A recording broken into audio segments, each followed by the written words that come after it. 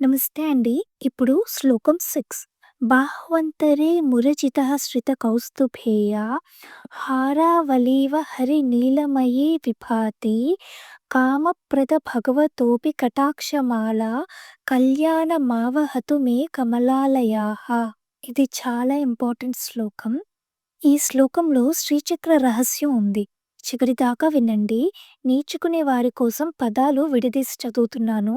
First line బాహ్వ అంతరే మురజితః శ్రితః కౌస్తుభే యా. ఈ శ్లోకం ఫస్ట్ లైన్‌లో శ్రీ మహావిష్ణువు బాహువుల మధ్య ప్రాంతాన్ని చెప్తున్నారు శంకరులు.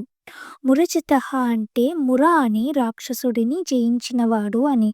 కొన్ని బుక్స్‌లో మధుజితః అని ఉంటుంది. అది కూడా కరెక్టే. లాస్ట్ శ్లోకంలో చెప్పుకున్నాం కదా! మధు అంటే అహం. ఆ అహాన్ని జయించిన విష్ణువు యొక్క బాహువుల మధ్య అంటే భుజాల మధ్య ఉన్న వక్షస్థలంలో శ్రిత కౌస్తుభేయ లక్ష్మీదేవితో కౌస్తుభం అని కూడా ఉంది. కౌస్తుభం చాలా తీవ్రమైన కాంతులను వెదజల్లే మణి. ఈ మణికి ఈ పేరు ఎలా వచ్చిందంటే కుమ్ అంటే భూమిని, స్తుం నాభి అంటే చుట్టి వ్యాపించి ఉన్నది కనుక సముద్రానికి కుస్తుభము అని పేరు.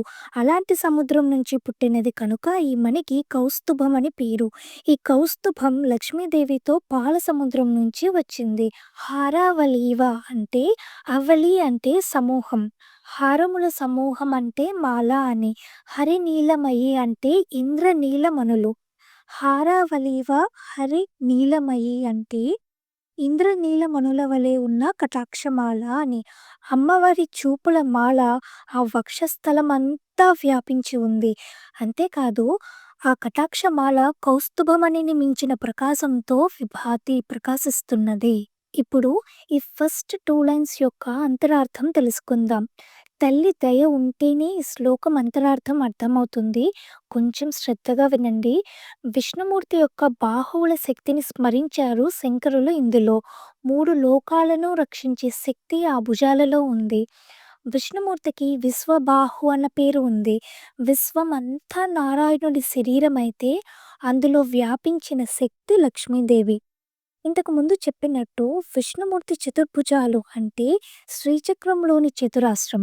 వక్షస్థలం అంటే హృదయం. హృదయం అంటే బిందువు. శ్రీచక్రం అంటే విశ్వచక్రం. చతుర్భుజాల మధ్య వ్యాపించిన శక్తి హృదయ శక్తి ఏదో అదే చతురాస్రంలో బిందువుగా ఉంది. అమ్మ బైందవాసనగా ఉంది అక్కడ. లలితానామాలలో వస్తుంది కదా బైందవాసన అనే నామం.